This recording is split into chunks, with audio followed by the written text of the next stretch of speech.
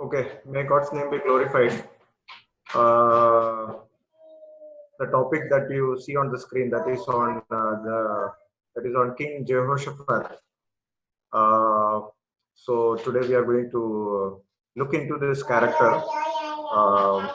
So mainly I will be concentrating on 4 chapters of Second Chronicles, and that is from chapter 17 till chapter 20. Uh, Now, when we look into the character of King Jehoshaphat, uh, we need to understand also the history of the genealogy of the kings of ancient Israel and Judah.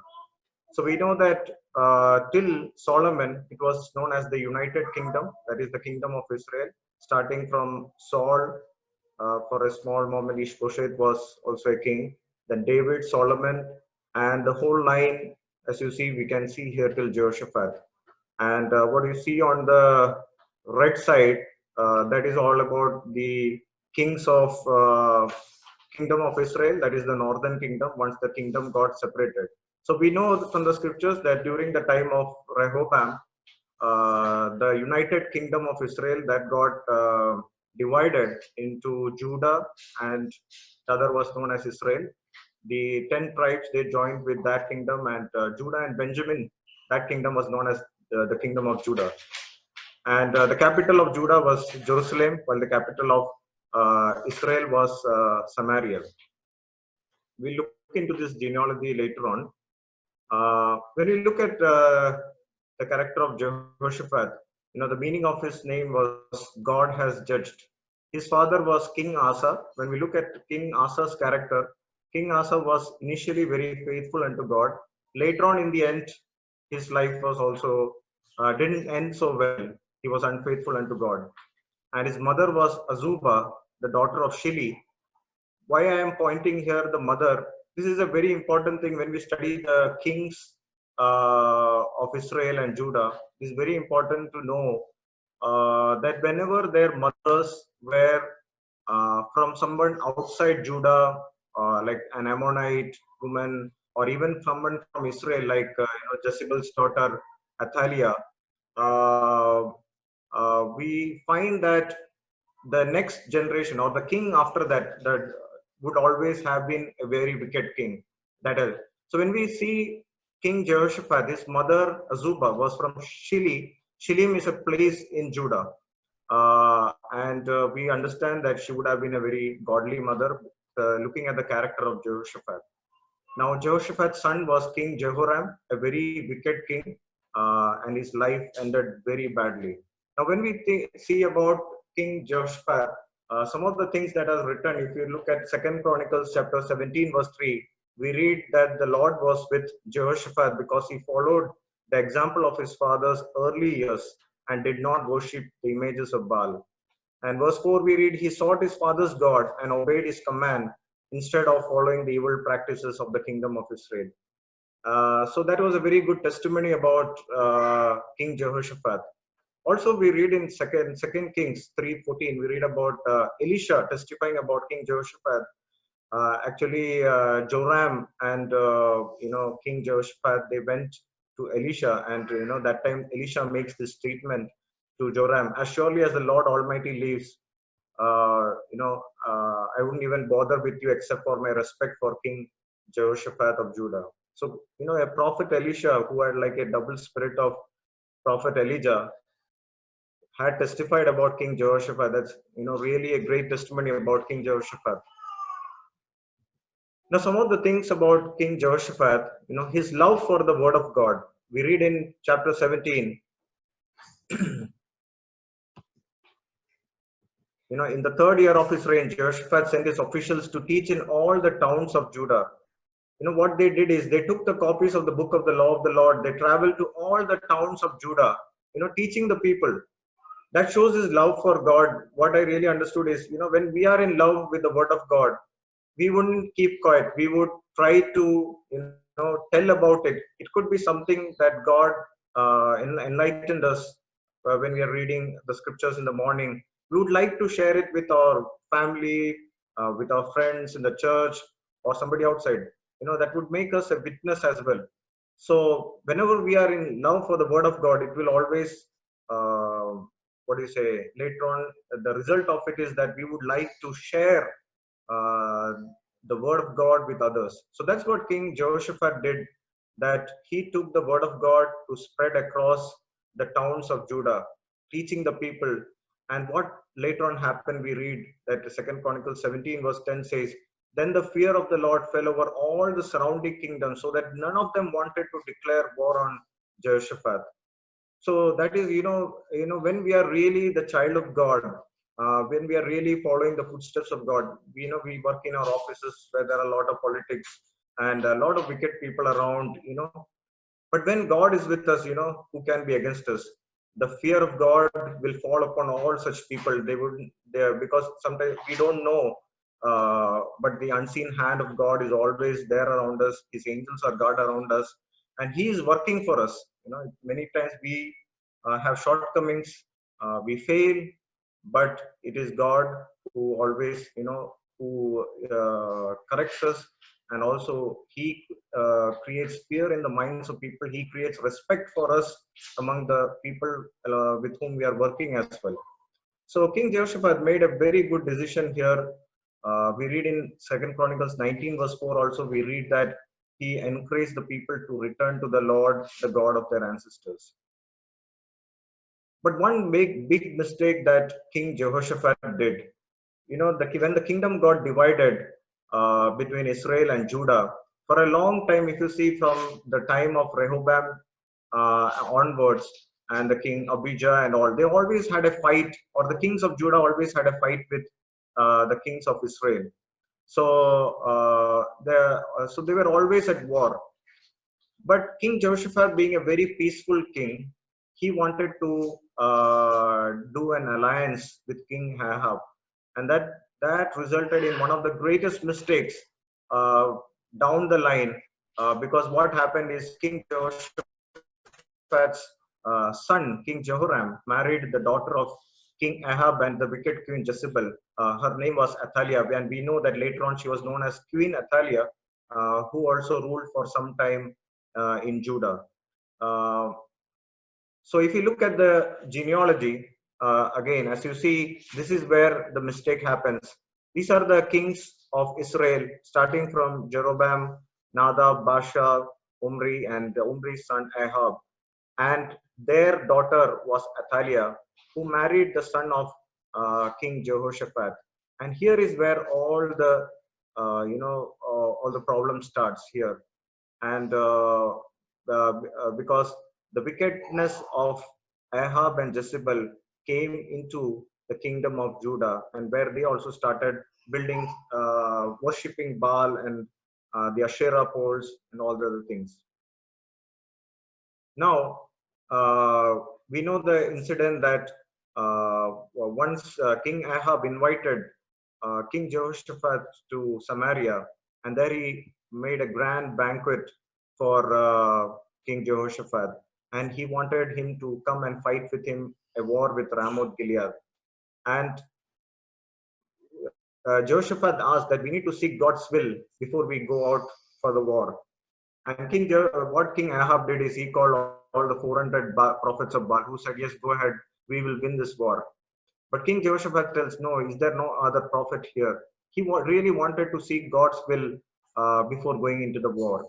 And there we see a prophet by the name of Micaiah coming in between.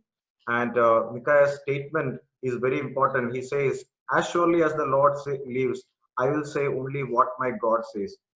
A wonderful statement, who stood for the truth. He could have said, because his life was at stake, King Ahab was going to put him in prison, and he knew all that, but he still told the word of God. And in spite of knowing the truth, King Jehoshaphat went to the war, and he almost got killed. But there, in between the war, he cried unto God, and God saved him, because God saw the goodness in King Jehoshaphat. Another good thing that King Jehoshaphat did was the appointment of godly judges. We see that he appointed judges throughout the nation in all the fortified towns. And the thing that he said to the judges was, always think carefully before pronouncing judgment. Remember that you do not judge to please people, but to please the Lord. He will be with you when you render the verdict in each case. Fear the Lord and judge with integrity, for the Lord our God does not tolerate perverted justice, partiality, or taking of bribes. You know, that was the foundation on which King Jehoshaphat wanted to build his country. If you look at a similar situation, what happened in the in US or in America, which they built their nation on God. That's why their line says, "In God we trust," and that's why all their laws were according to the word of God. They had a very good beginning, but what we see today is a perversion of what has happened, and their declining trust in God, which has resulted in all the problems in US. So in our life also, it is very important that we may fear the Lord and judge with integrity when we are judging even other brothers and sisters who are around us, even some of our colleagues in office or whoever it may be. Many times it is very easy to judge, but what Jehoshaphat tells here is very important. Fear the Lord and judge with integrity, for the Lord our God does not tolerate perverted justice, partiality, or taking bribes. So this is a short introduction about him, but my topic here is in chapter 20 of Second Chronicles. Here we see the topic is about the power of praise and thanksgiving, and my message is divided into five points. That is the problem, the prayer, the prophecy, the preaching, and the praise. And we'll look at it one by one. So before that, so the first thing, the problem, what happened is the kings of Ammonites, Moabites, and Edomites. All these three places are today's present day Jordan. And they decided to war against King Jehoshaphat. And messengers came and told Jehoshaphat, they saw this vast army marching against beyond the Dead Sea, and they saw it, and they were coming. They had already come to a place called En Gedi, and which was very close to Jerusalem. And they came with a vast army. Seeing the vast army and hearing about this, we see that King Jehoshaphat was terrified.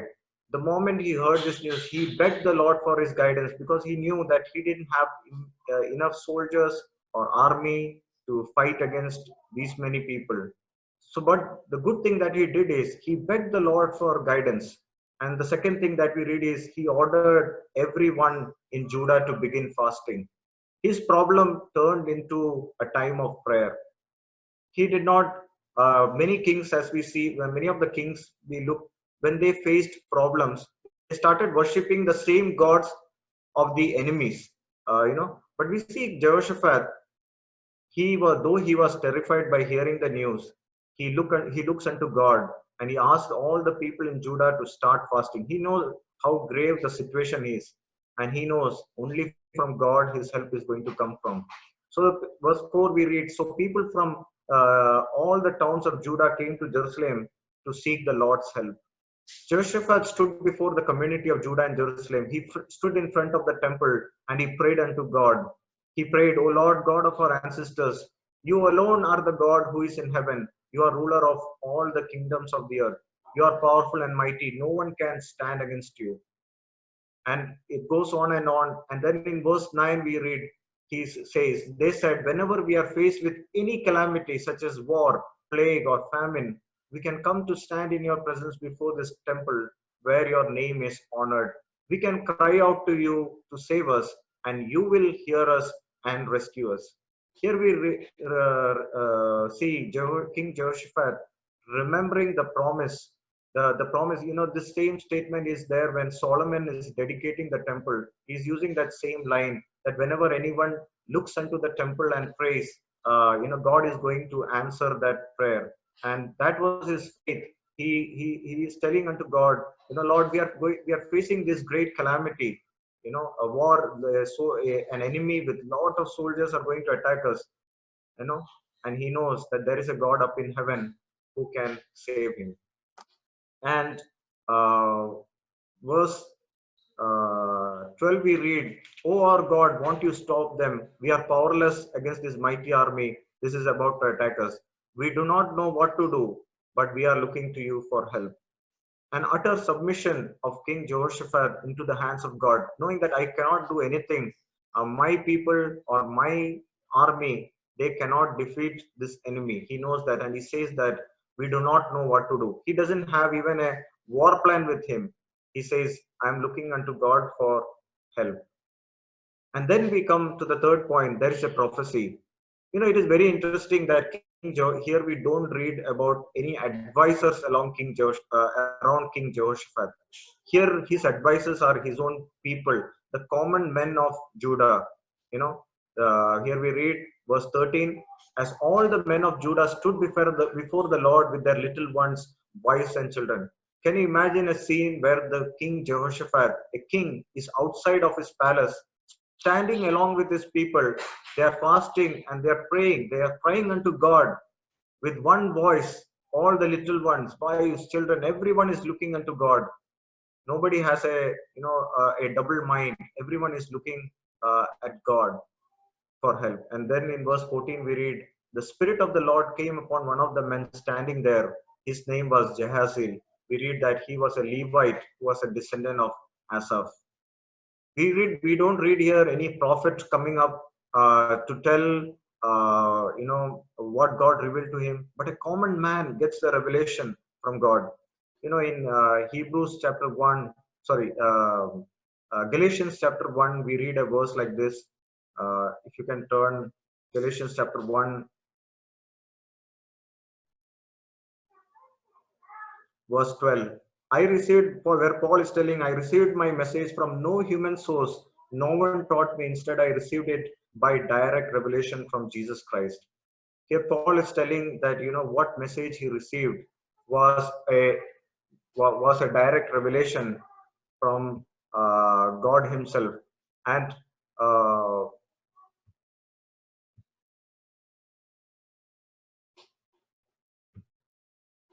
yeah, God is, and this is not talking about the revelation to. This is talking where Paul wrote all the epistles. It was a revelation from God that he received. In today's perspective, if we see that, every day God can speak to each one of us an encouraging word. So many verses we read every day, or we know it from childhood, but sometimes we are just randomly reading, and the Spirit of God can really talk to us from that verse, which would be so common to us and can really enlighten our lives. And that verse that enlightened us, we should be able to share it with others. That is the most important thing. And here we read that the Spirit of the Lord came upon a Levite by the name of Jahaziel. We don't read about him anywhere else actually. And that person, God, and the message of God came through Jahaziel. And he says to King Jehoshaphat, he says, verse 15, listen, all you people of Judah and Jerusalem. Listen, King Jehoshaphat. This is what the Lord says. Do not be afraid. Don't be discouraged by this mighty army, for the battle is not yours, but God's. A very important statement. We all know the song, the battle belongs to the Lord. And I believe that statement is coming from this verse here, where Jahaziel, under the influence of the Spirit, he is telling to King Jehoshaphat and to all the people, don't be afraid, don't be discouraged by this mighty army, for the battle is not yours, but it is God's battle. And we see, and he asked the people of Judah to march out against them, and he says that you will find them at the wilderness of Jeruel, and he says, but you will not even need to fight. Take your position, stand still and watch the Lord's victory. He is with you, O people of Judah and Jerusalem. Do not be afraid or discouraged. Go out against them tomorrow, for the Lord is with you. There are so many situations of our life where we are utterly helpless, where we, even our brightest minds or, our strongest hands cannot solve a problem. And that's where God comes. And when we call upon God, he hears our cries and he says unto us, stand still and watch for the Lord's victory. You will be able to see the Lord's victory. That faith we need to put in God, and God will show us the victory. Time and time again, we all have tasted this victory in our life, where we have nothing to boast about. It is only we know that really a miracle has happened, and we see the unseen hand of God performing wonderful miracles, opening doors which we never expected to open, and healings that He provides, which we never even thought of. And God is telling to us that do not be afraid or discouraged. Go out against them. So we can face the enemy. We know that our greatest enemy is Satan himself. And when we fight with him, we need not be afraid, because it is when we put our faith in God, God is the one who gives us the grace to fight against him. And then we come to the point, the preaching. The next day, early morning, the army of Judah went out to the wilderness of Tekoa. They did not go there to fight with them, but they went there to see something. They went there to see the miracle of God that they were going to see there. And before going, King Jehoshaphat tells there, "Listen to me, all you people of Judah and Jerusalem. Believe in the Lord your God, and you will be able to stand firm. Believe in his prophets, and you will succeed." Two times Jehoshaphat emphasizes that word believe, and then believe. Put your faith in God. And God will be you will and you will be able to stand firm. When we see our enemies coming unto us, when we see a danger, our feet start shaking. And our hands start shivering. And our soul sinks. But here we see that believe in the Lord your God, and you will be able to stand firm. Believe in his prophets, and you will succeed. Look back and look at all the wonderful things that God has done, and you will be able to know that what God is going to do now also, there also you are going to succeed, and you are going to stand firm. You need not fear anything. That was the message that King Jehoshaphat gave to the people of Judah. He was not explaining to them the war plan, how they are going to attack, how they are going to ambush them, how they are going to surround them, because he knew that his human thinking or his human effort was no use in this war against the people of Jordan. And then we see the praise. After consulting the people, the king verse 21, we read, after consulting the people, the king appointed singers to walk ahead of the army, singing to the Lord and praising him for his holy splendor. This is what they sang. Give thanks to the Lord, his faithful love endures forever. This is like almost the same scene that we see in when Joshua attacked the city of Jericho, where they went around the city 7 times. Nobody even, shot an arrow. Nobody did anything, but they just sang praise unto God. And and we see the end result, that is in verse 22. At the very moment they began to sing and give praise, the Lord caused the armies of Ammon, Moab, and Mount Seir to start fighting among themselves. What happened is they the people of Judah didn't even go and attack them.